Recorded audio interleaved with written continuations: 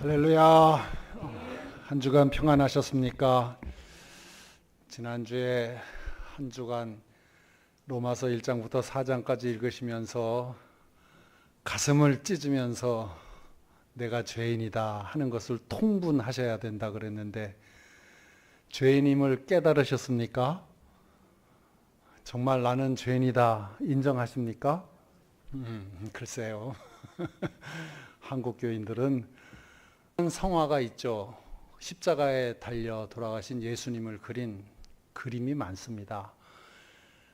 그때 그렇게 중세시대 때 또 유행이고 소원이었다 그러는데 그 많은 성화들 가운데 오늘날 우리들에게도 은혜를 주는 그리스도의 달리신 십자가의 그림이 있어요. 독일 화가의 그림인데 제가 화가 이름이 지금 잠깐 생각이 나질 않네요.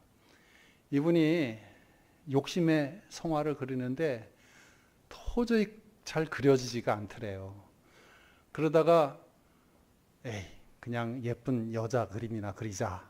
그리고 어떤 여자를 모델로 삼아서 미인도를 그리는데 십자가 그림 아니냐? 그렇다고. 예수님이 정말 모든 사람의 죄의 그 값을 치르시기 위해서 십자가에 못 박혀 돌아가신 거냐? 그게 사실이냐? 그러니까 이 화가가 그럴 걸 그랬어요. 값을 치르시려고 십자가에 지신 겁니까? 그 말에 이 화가가 큰 충격을 받고 내 죄값을 치르기 위해서 예수님이 돌아가셨구나. 그걸 깨닫고 난 다음에 그 그림이 그려졌다는 거예요. 그래서 많은 성화들 가운데 유독 그 십자가에 달리신 예수님의 그림이 보는 사람들에게 은혜가 되어서 그 사람이 그 그림을 보고 변화가 되었다는 것입니다. 어느 동네에 두 집이 있는데 한 집은 맨날 싸워요. 식구들이 모이면 그냥 치고받고 싸우고 던지고 싸우고. 그런데 한 집은 언제나 즐겁고 화목해요. 그래서 싸우는 집에서 안 싸우는 집에 가가지고 어떻게 하면 그렇게 화평한 가정이 될 수 있나요? 하고 물었더니 그 안 싸우는 집의 주인이 하는 말이 우리 집은 죄인들이 살아서 그래요. 다 죄인이라고 그러니까 서로 시비를 걸지 않는다고. 친구들이 아버지는 아버지대로, 엄마는 엄마대로, 애들은 애들대로 다 자기네가 의롭다 그러고 자기네가 잘났다 그러니까 상대방을 어떻게 해요? 정죄하는 거지. 그러니까 싸움박질만 한다. 신앙생활의 시작은 숨어 있지 마. 내가 죄인이다. 내가. 너희 죄를 너희가 알렸다? 그래? 왜 그러니? 그랬더니 남자친구한테 버림받았다는 거야. 그리고 막 속상해 우니까 엄마가 내가 네 마음 알아. 네 마음 알아. 엄마가 내 마음을 어떻게 알아? 그래도 알아. 몰라요? 너 왜 100점 못 맞냐? 엄마 아빠는 100점만 맞았다. 그렇게 뻥 치면서 애들을 힘들게 한다고. 애들이 시험 성적이 안 좋으면 엄마 아빠도 그랬다. 엄마 아빠도 그렇게 공부를 못했던 적이 있단다. 낙심하지 말고 열심히 하자. 그러면 이게 해결이 되는 거잖아요. 그런 것처럼 내가 죄인이라는 것을 먼저 깨닫고 얼마만큼 심각한 죄인이냐. 죽을 수밖에 없는 죄인이다. 죄값을 치르려면 내 목숨을 내놔야 된다. 이것을 깨닫는 데서부터 이제 신앙이 필요한 거지. 인간의 가장 큰 문제가 뭐예요? 의식주 문제예요. 사람들이 왜 걱정해요? 다 따지고 보면 의식주 문제야. 아니요, 목사님, 먹고 사는 건 괜찮은데 자녀 문제가 제일 골치 아파요. 그 자녀 문제도 따지고 보면 의식주 문제야. 자녀들이 잘 먹고 잘 살까? 그걸 걱정하는 거잖아요. 근데 우리 주님께서는 약속하셨어요. 저 드레핀 백합화를 보라. 공중에 나는 새를 보라. 다 하나님이 천부께서 먹이시지 않느냐. 그러면서 너희는 먼저 그 나라와 그 의를 구하라. 그렇게 약속하셨어요. 그런 거로 우리들은 나에게 생명을 주셔서 이 땅에 보내셨은즉 먹여주실 줄로 믿습니다. 그리고 나가면 죽을 때까지 안 굶어요. 오늘 점심 주죠? 점심 준다니까. 안 굶어. 정말 인간에게 있어서 제일 큰 문제가 뭐냐? 내가 죽어도 눈을 감을 수가 없구나. 그렇게 얘기하는데 정말 자식들이 결혼하고 애 낳는 것이 인간의 최후의 고민이고 숙제일까요? 네. 어떤 분이 이제 돌아가시는데 좀 재밌는 분이셨나 봐요. 부인이 막 잡아 흔들면서 여보 어떡해. 여러분 죽는 순간에 마누라 생각날 줄 아세요? 자식들 걱정되는 줄 아세요? 천만의 말씀이요. 상상하지도 못한 두려움이 와요. 믿다가 죽은 사람, 믿지 않다가 죽은 사람 다 봤어요. 잘 믿다가 죽은 사람은 찬송 속에서 돌아가십니다. 평안하지 않다가 죽은 사람은요, 몸부림을 쳐요, 몸부림을. 그 두려워하는 것, 보기가 딱할 지경이지. 왜 그렇습니까? 하나님 앞에 설 인생의 가장 큰 숙제예요. 하나님이 받아주실 줄로 믿습니까? 아멘 하면 될 것 같아? 함부로 얘기할 거 아니라고. 한번 그 순간을 닥쳐보시라고요. 야, 이거 어떡하지? 아버지들은요, 본능적으로 아들이 자기를 인정해 주기를 바라는 게 있어요. 내가 인생을 마칠 때에 아들이 아버지 수고하셨어요. 아버지 정말 의롭게 잘 사셨어요. 떳떳하게 참 잘 사셨어요. 그렇게 인정해 주면 그거보다 기쁜 거 없지. 예? 목사님들도 아들한테 부인당하는 목사들이 있다니까. 애들이 교회를 안 나가버려요. 예. 신문지상에 나오는 여러 사람들 있잖아요. 저는 뭐가 걱정이 되냐면 저 사람이 저렇게 하면은 저 자식들이 아버지를 존경할까? 그게 걱정이 돼. 비록 환난에 빠지고 곤란에 빠졌어도 아버지 의로웠어요. 아버지가 맞았어요. 그렇다면 그 아버지는 죽임을 당한다고 해도 좋지. 메가더 장군도 자기가 마지막 기도문을 쓸 때 내 아들이 내 인생을 부정하지 않도록. 아버지들 어떠세요? 여러분 자식들이 여러분 인정합니까 지금? 존경해요? 예? 우리 아버지 술 엉터리야. 맨날 술 먹고 땡깡 부리고. 보다도 더 심각한 게 하나님이 인정하지 않는 거예요. 나 너 몰라. 너 받아줄 수 없어. 그래. 아주 우스꽝스러운 질문 하나 해볼게요. 오늘 밤 여러분이 이 세상을 떠나신다면 천국에 들어갈 확신이 있습니까? 이 질문은 우스운 질문 같아도 평생 우리가 이 땅에서 사는 동안 이 뇌리 속에서 없어지지 않을 질문이에요. 내가 죽어서 천당 갈까 지옥 갈까? 천당 갈 줄로 믿습니까? 묻습니다. 내가 너를 왜 여기에 들여보내줘야 되지? 무슨 자격으로 왔어? 그럼 뭐라고 대답하시겠어요? 가만 그 선행을 내놓으실 거예요? 내가 정말 말도 안 되는 배우자와 평생을 살아줬어요. 그거 내놓겠어요? 뭐라고 대답하시겠어요? 하나님께서 의롭다고 인정하는 사람만이 천국에 가는 거예요. 성경은 의의 문제와 죄의 문제를 동일시하고 있어요. 죄가 있는데 어떻게 의롭다고 합니까? 그 죄도 말할 수 없는 무지무지한 죄인데 지난주에 말씀드린 일부러 고의적으로 하나님을 부인하고 하나님께 예배드리는 것을 귀찮아하고 그리고 감사하지도 않는 그런 죄성을 가지고 있는데 그 죄인을 하나님께서 어떻게 의롭다고 인정해 줄 수 있느냐. 그것이 1장부터 4장까지의 말씀이에요. 고발하고 있잖아요. 마지막에 가서는 하나님을 두려워하지 않는다 그랬어요. 하나님 두려워하지 않으니까 별짓들을 다 하는 거지. 죄의 값은 사망이라 그랬어요. 네. 죄의 값은 사망이다. 하나님은 선포하셨어요. 너희가 이것을 먹는 날에는 정령 죽으리라.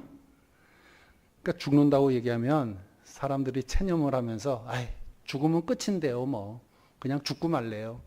내가 악한 모습으로 살았으니까 징벌받아야 마땅하죠. 뭐 그냥 죽으면 되죠.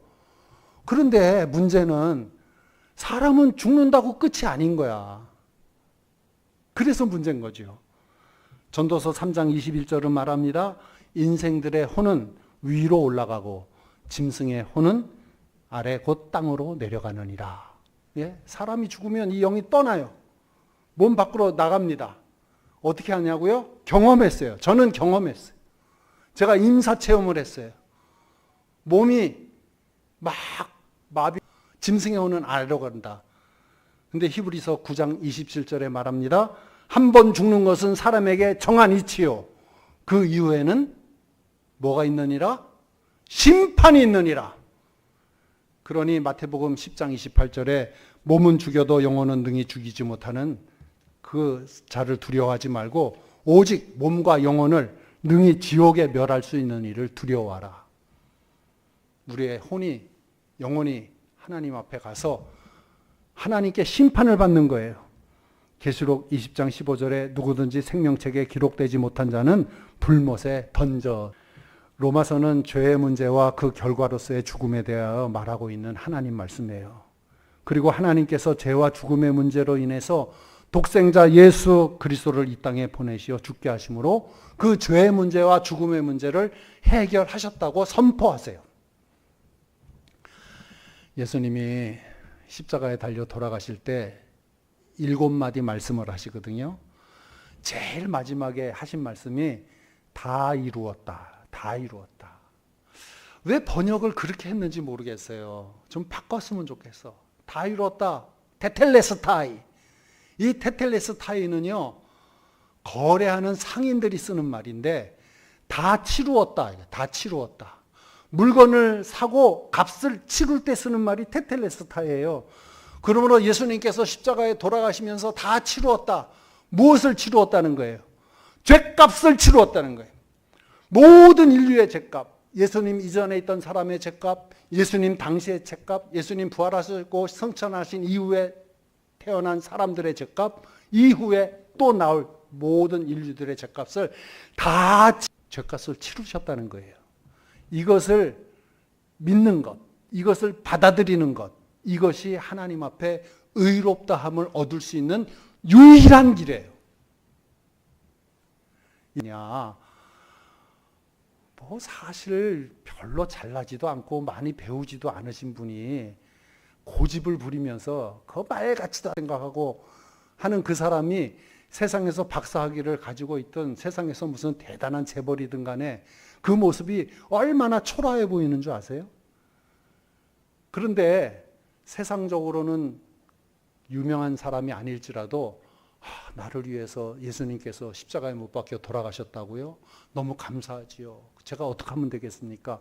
이 복음을 받으시면 됩니다. 받아들이시면 됩니다. 그럴 때 예, 제가 겸손히 받겠습니다 하는 사람이 얼마나 귀해 보이는 줄 아세요? 서로 반대말을 얘기하겠지. 복음에는 하나님의 의가 나타나서 믿음으로 믿음에 이르게 하나니 기록된 바 오직 의인은 믿음으로 말미암아 살리라. 믿음으로 말미암아 그 복음을 받아들임으로 말미암아 살리. 응답하라 1988 아세요? 예? 모르세요? 응답하라 1988 덕선이 제가 그걸 미국에 있을 때 쌍문동 한전 있고 그런데 좀 잘 알지.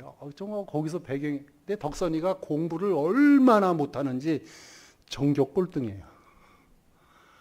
근데 마음은 착해가지고 담임 선생님이 간질병을 앓고 있는 그 반장을 덕선이에게 맡기잖아요. 얘가 발작을 하면 좀 돌봐줘라. 그러니까 덕선이가 정말 잘 애를 돌봐줬어요. 그러니까 반장이 고맙게 여기고 둘이 친해졌어. 반장은 전교 1등이야. 그러니까 반장에게 야 반장 나 공부 좀 도와줘. 그리고 수학책을 폈는데 이 전교 꼴등짜리가 전교 1등한테 수학을 배우는데 뭐 이것저것 가르쳐 보니까 기초가 전혀 안 돼 있는 거지. 근데 그 장면 기억나시는 분이 있는지 모르겠네.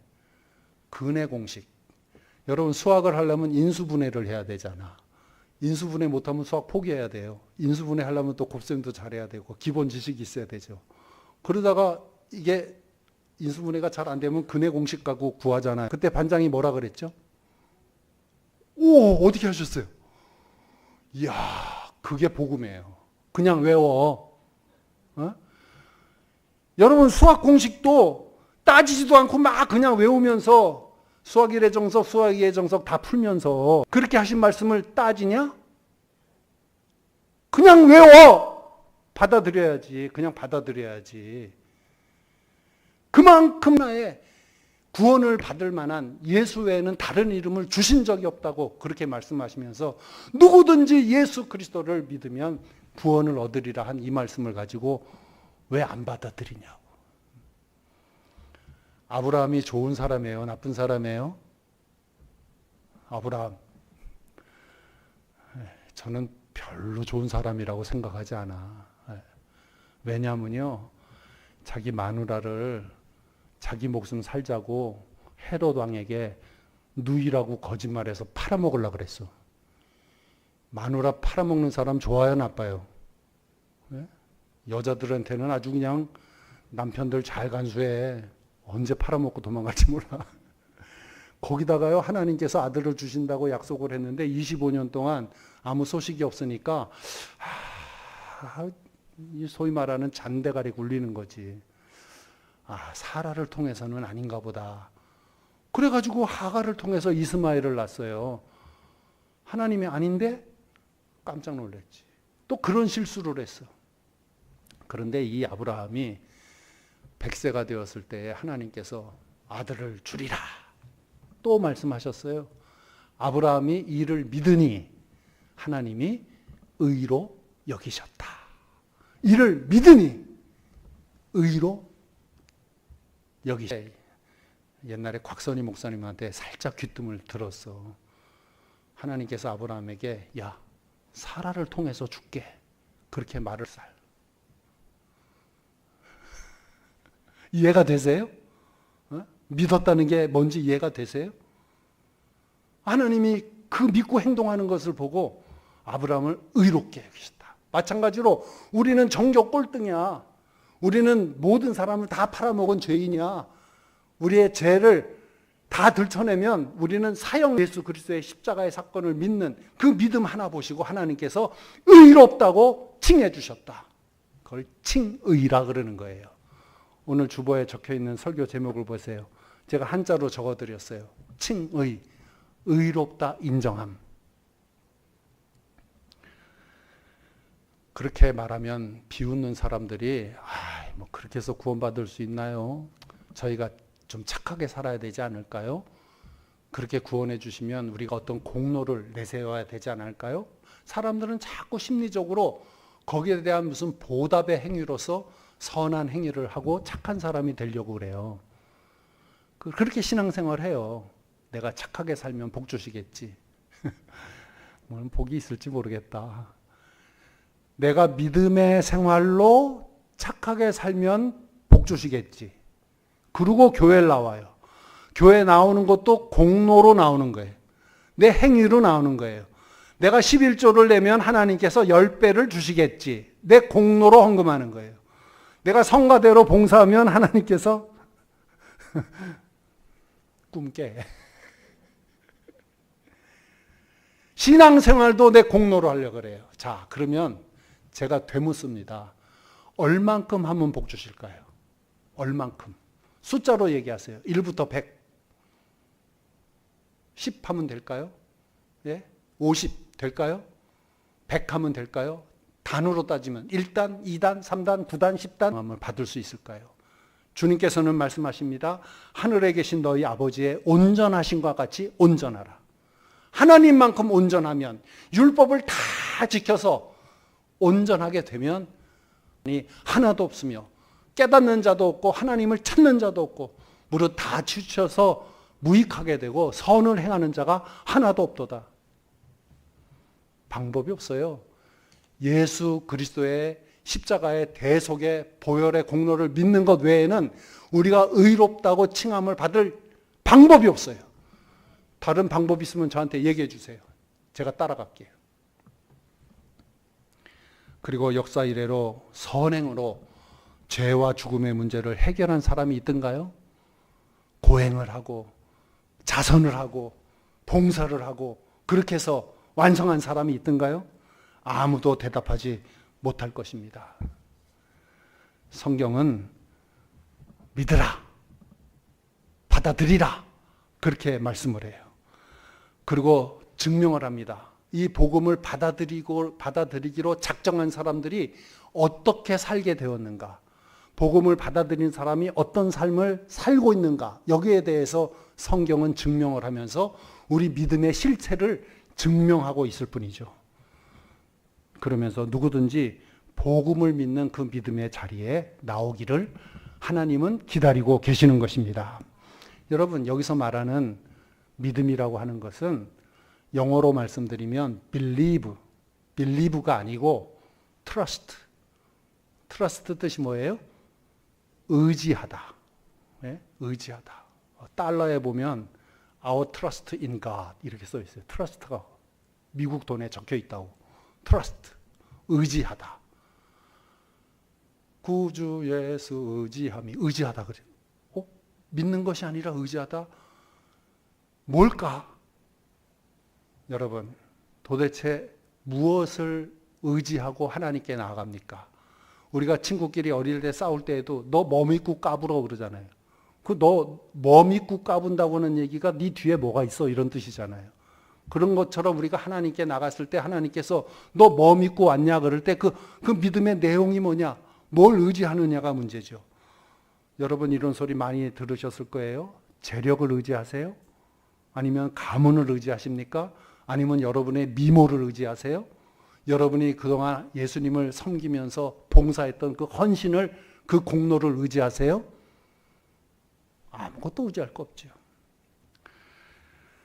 제 처남이요, 서울예고 나왔어요. 피아노 전공했어요.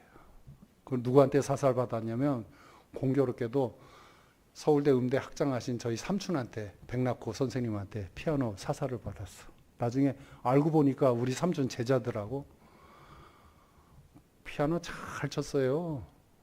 그래서 제가 가만 보니까 얘가 공부도 잘해. 수능을 보면 뭐 엄청나게 잘 봐요. 그래갖고 처남을 살살 꼬셨어. 야, 음악하면 집안이 서서히 망해. 너 공부도 잘하니까 공부하자.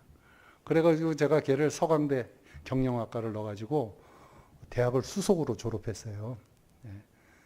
저희 집 처갓집 사남매는 다 대학을 수석으로 졸업해가지고 가끔가다 제가 기가 눌려. 저희 장모님이 청와대를 2번씩이나 가고. 그런데 저희 처남이 매영, 내가 피아노를 그래도 쳤는데 성가대 반주하면 안 될까? 그러더라고요. 그래서 반주하면 좋지. 너 같은 애가 반주해주면 좋지. 또 남자고. 그게 어느 교회를 소개해달라 그러더라고요. 그래서 제가 엄청나게 큰 교회 성가대 소개를 해줬어요. 제가 추천서를 써줬어요. 아무개는 서울예고를 졸업하고 어쩌고저쩌고 추천서를 딱 써가지고 목사님 찾아가 봐라. 그리고 목사님께 전화했지. 제가 좋은 사람 추천하는데 좀 받아주시라고. 자, 처남이 제 추천서를 들고 그 교회로 갑니다. 뭐를 의지하고 갔을까요? 제 추천서를 의지했을까요? 자기 실력을 의지했을까요? 여기에 대해서 올바르게 깨달은 사람은 구원이 뭔 줄 알아. 근데 대바라져서 교만한 사람은 자기 실력을 의지했겠지. 그런 사람은 세상에서도 잘 안 돼.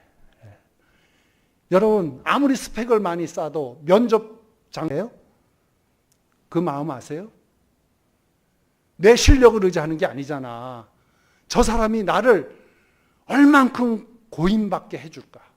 나에게 어떤 은혜를 주실까? 그걸 기대하고 앉아있는 거잖아요. 그런 것처럼 우리가 하나님 앞에 나갈 때는 내 공로를 의지하는 것이 아니라 나를 추천해 주신 예수 그리스도를 의지하고 가는 거예요. 제가 우리 교인들한테 494장 찬송가는 다 외우라고 그냥 늘 계속 자주 부르고 못 외우면은 야단치고 그랬어요. 만세반석 열리니. 설교 끝나고 부를 찬송인데 지금 한번 불러봅시다. 우리 반주 선생님 부탁하고 여러분 494장 한번 다 펴보세요. 그리고 가사를 잘 보세요. 여러분 이거 돌아가실 때는 이 찬송 부르면서 가야 돼. 아니면 이 찬송 들으면서 가든지. 1절부터 4절까지가 다 은혜가 되는 가사예요.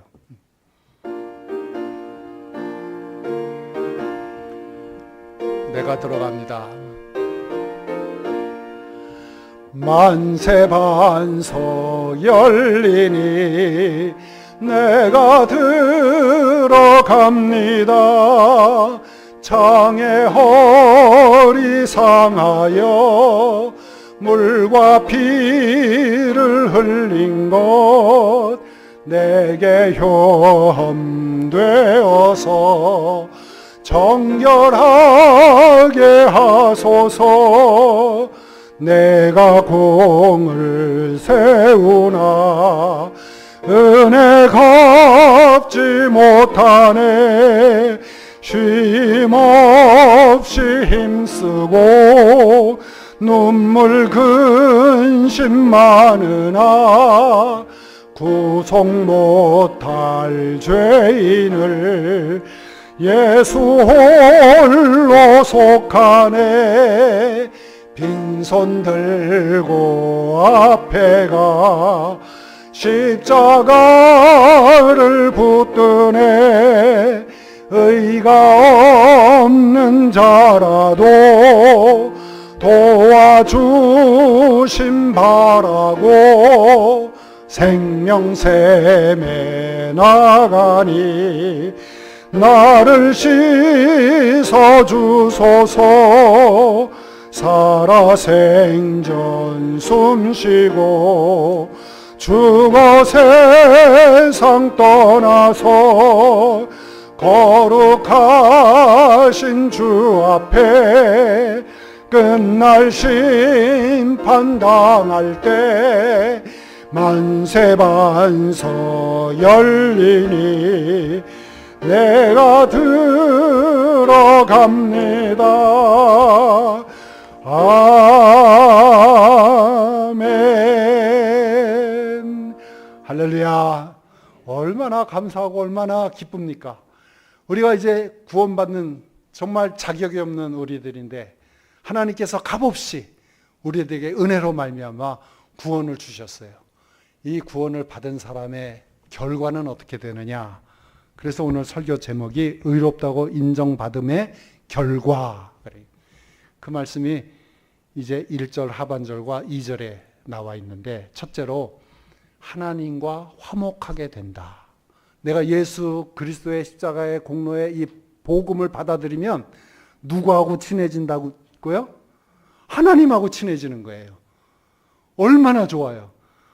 하나님하고 친하지 않으신 분 있으세요? 무섭죠. 하나님 두렵죠. 하나님이 나의 대적이 되어서 가는 곳마다 방해하시고 하는 일마다 안 되게 하시고 대적을 많이 일으켜서 방해받게 하시고 그 인생이 얼마나 고달퍼요.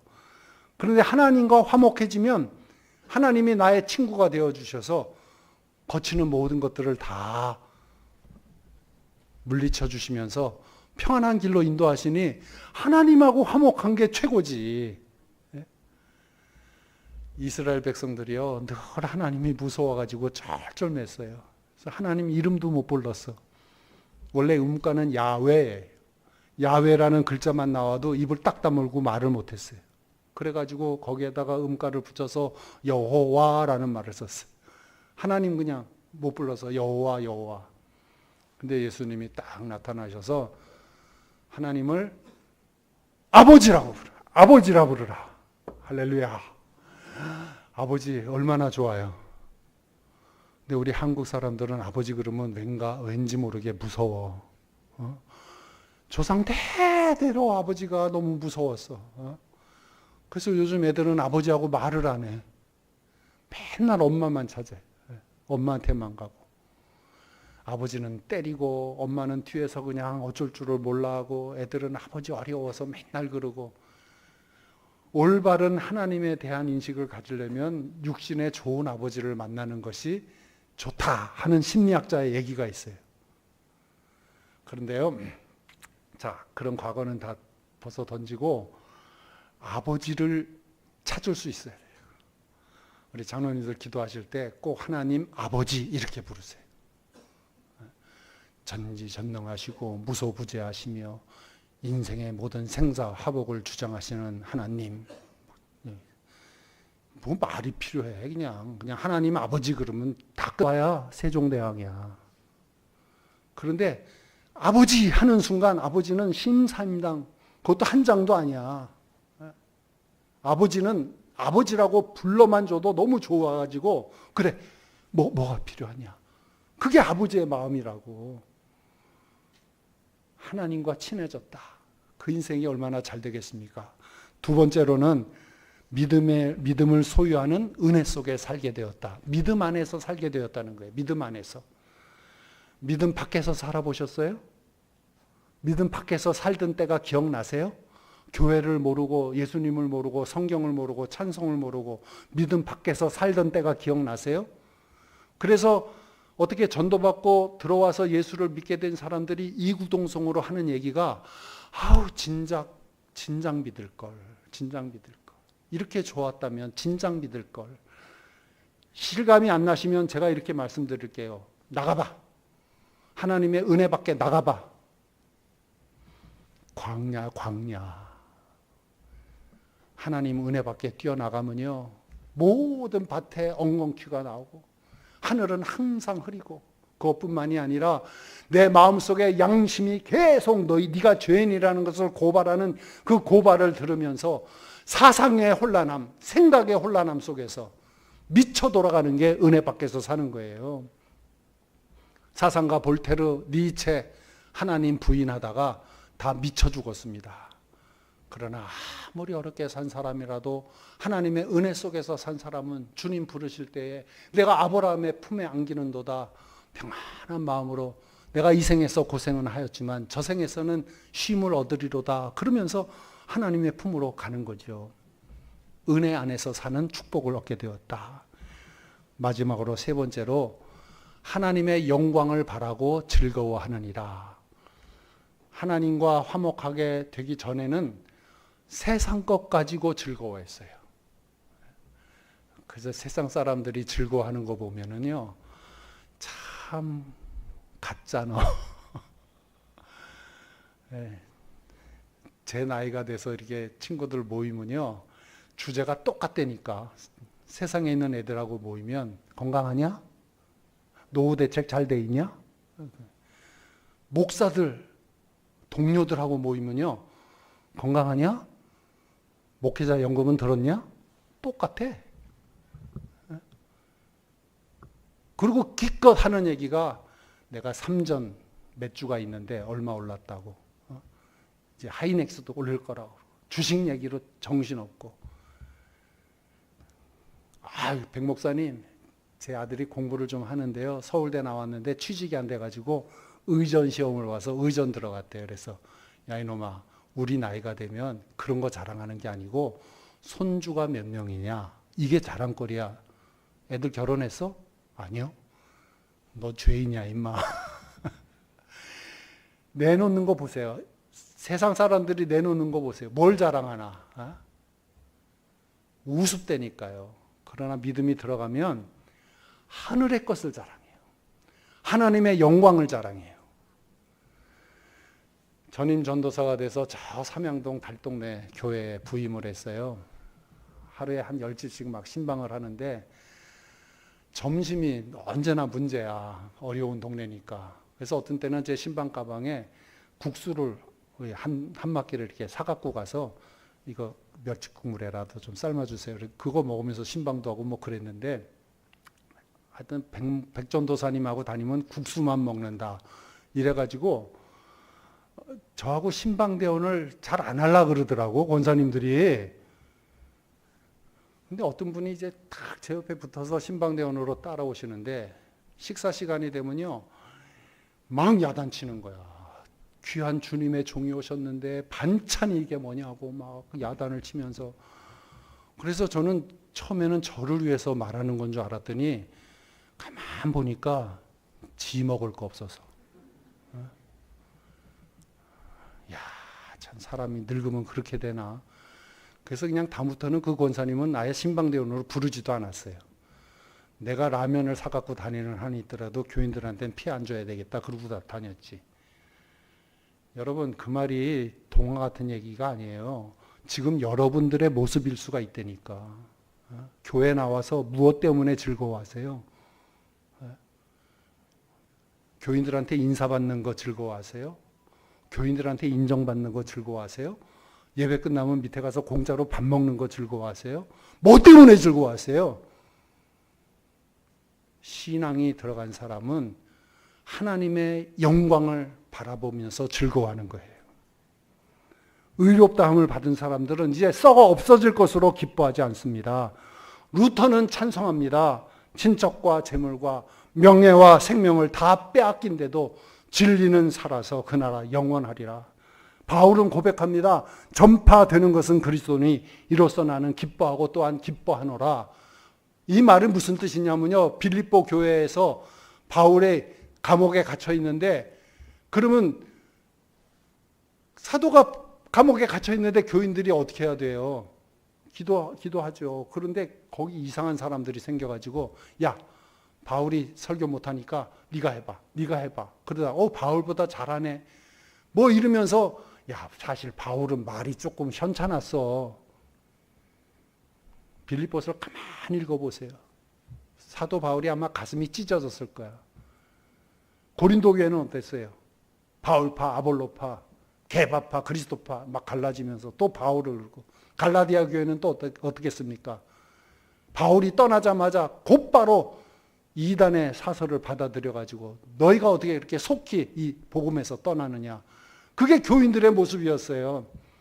그랬는데 빌립보 교회에서 사도 바울은 그래, 다툼으로 하나 허용으로 하나 전해지는 것은 그리스도니 나는 기뻐하노라. 예수만 전해지면 기뻐하겠다.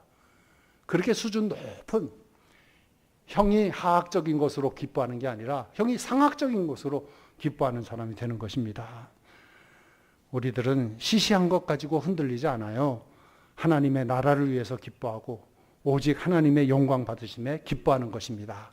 시간이 많이 갔지만 한마디 하겠습니다. 여러분, 이 복음은, 이 구원은 하나님께서 우리에게 선물로 주신 거예요.